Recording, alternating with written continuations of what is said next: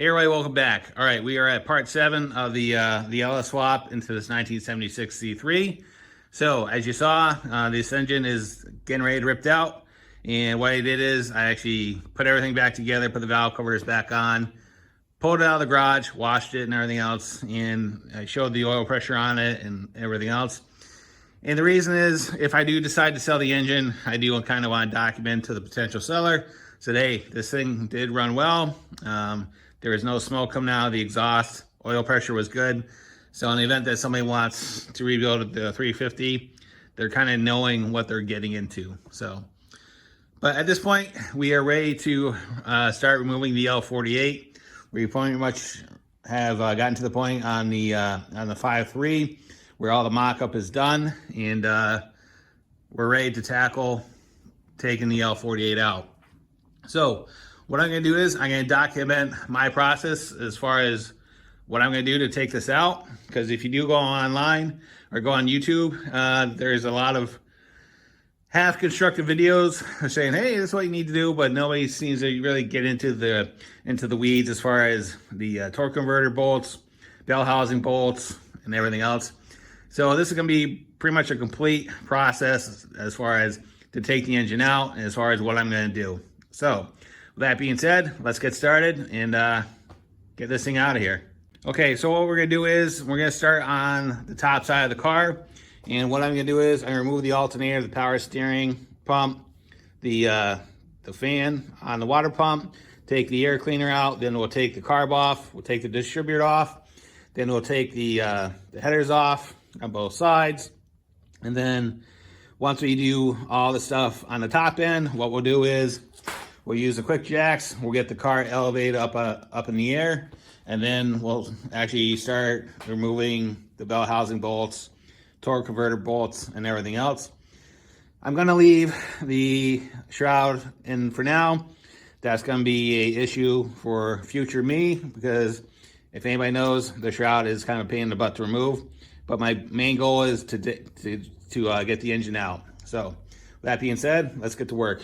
All right, so I'm in the process of removing the alternator. So I'm marking all the electrical connections as I take them off. So on the back of the alternator, there's 3 cables that you have to be concerned with. First one is a ground. Second one is one that monitors 12 volts as far as a load on the car. When the car senses a load, basically it sends it to the alternator, and then the alternator is commanded to charge. And then down here you have the cable that's actually going to the battery to charge. Once the alternator charges, it sends 14 volts to it to charge. And the last one on that bundle is the temp sensor. Basically the temp sensor is down there. So now that we have the cabling identified, we're gonna go ahead and remove the alternator. So to remove the alternator, there's 2 bolts that I need to be concerned with. There's a 1/2-inch bolt, which basically controls the swing, and then there's a 9/16 down there, which is on the pivot. All right, so the next thing we're gonna do is we're gonna remove the fan from the water pump. It's just held on by 4 bolts. And then the reason why we're doing that is once we get the fan off, I will have easier access to get at the 2 power steering bracket bolts. All right, so the fan has been removed. I also went ahead and took out the 2 bolts holding the power steering pump onto the engine. That's just dangling there. Also went and removed the alternator bracket from the engine as well. We will be taking the water pump off in a minute. I'm just focusing on the top end because, as you see, the water pump actually extends into the shroud. But I haven't drained any of the fluids yet, so again, I'm doing everything on the top end first, and then once we get it up in the air, then I'll drain the coolant, remove the hoses. All right, so the next step is I'm gonna go ahead and remove the carb, and the carb is just held on by 4 1/2-inch nuts. Go ahead and remove the throttle cable and the kickdown cable, and we're also gonna remove the choke cable, if you have one, and the fuel lines. All right, carb's off. Next thing I'm gonna do is remove the distributor, and I'm gonna pull the plug wires at the same time. So to get the distributor out, make it a little bit easier, I'm gonna take the valve cover off, and then it'll give me easier access to the hold down clamp right there. So let's go ahead and do that now. Okay, so we got the distributor out, pretty much came out, no issues. Next thing we're gonna do is I'm gonna actually start removing the bolts holding the header on. And we're gonna do that on both sides. And then once I do that, probably get it up in the air and start draining fluids. All right, so we have the car up in the air. So have all but one header bolt removed. And the one that is left over is the one right there. So really can't get at it to swing it. So we're gonna crawl underneath the car, get at that guy, and then what we'll do is we'll also remove it from the collector and on both sides, and then we should be able to pull the headers out from underneath it. All right, so the passenger side header is out of the car, and went ahead and removed the header from the collector underneath, and still trying to work the this side out, but it's no big deal. Probably I will go ahead and remove the plugs just so they don't get broken off, and show you what we're working on now. Now that the header's out, we have access to the starter. Now that we have access to the starter, went ahead and removed the nut off of that. So there's 2 wires on it.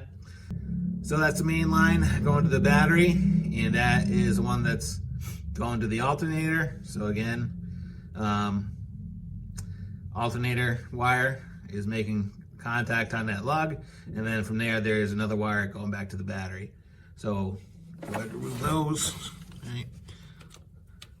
And the next wire that we have to remove is the purple wire here, and basically that's 12 volts key to the ignition. Once you get 12 volts on that, the starter engages. So at this point, what I'm going to do is I'm going to go ahead and start draining the oil, and then go ahead and drain the coolant. Okay, so the oil's been drained, the coolant's been drained. I went ahead and removed the water pump, disconnected the 2 hoses, and let that thing drain out. And at this point, it's pretty much empty. So if you're wondering why I went ahead and removed the carb and the distributor, mainly it's to access to get the 2 upper bell housing bolts. All right. So I know you can use a 3 or 4 foot extension, come across the top of the radiator and go from there, and then you're kind of flying blind because you really can't see what you're getting at. So all I did was I just took a 9/16 offset box wrench, and I went and cracked those free, and they weren't any that tight. Basically, I just cracked that with one hand, and they're loose at this point. So at this point, what we're gonna do is I'm gonna go ahead and get underneath the car. We're gonna move the bolts holding the flex plate onto the torque converter, and then while we're down there, I'm gonna go ahead and remove the 4 bell housing bolts that are on the lower and get those out of the way, and then we'll drop the car, get up on jack stands. We'll go ahead and remove the fuel pump, and then we'll go ahead and remove the engine mount bolts. And the last thing we'll do is we'll go ahead and remove those 2 upper bell house bolts and go from there. All right, so we're underneath the car. We're looking at the inspection cover, and to remove it, there's 4 bolts, and one of them is attached to the ground over by the starter. So there's one there, there's one there, one there, and one up there. So go ahead and remove those. They are 3/8, and the inspection cover will be able to drop out of the way. All right, so we have the inspection cover off. Now we have to remove the torque converter bolts. There's 3.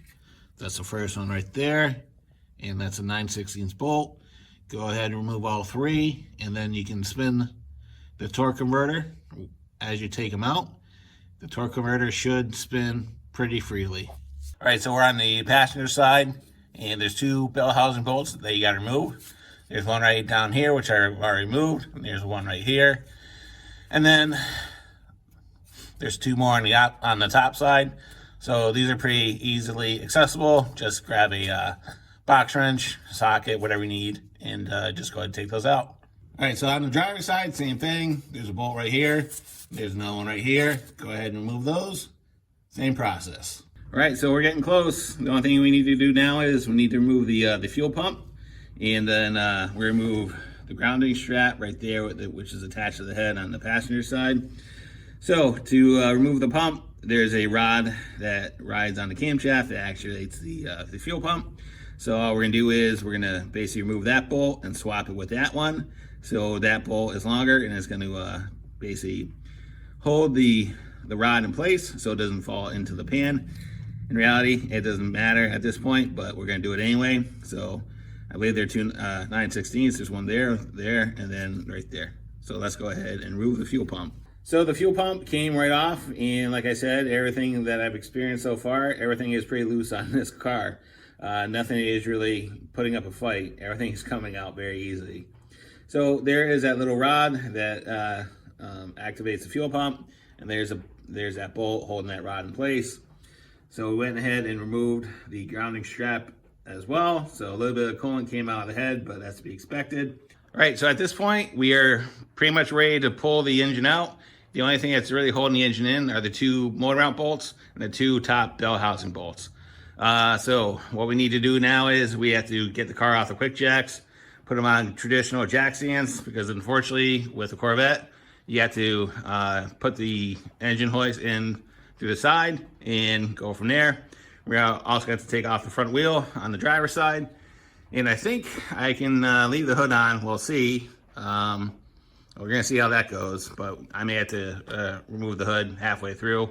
Hopefully I don't, but we'll see. All right, so let's get this thing up on jack stands and get this thing out of here. All right, engine is out.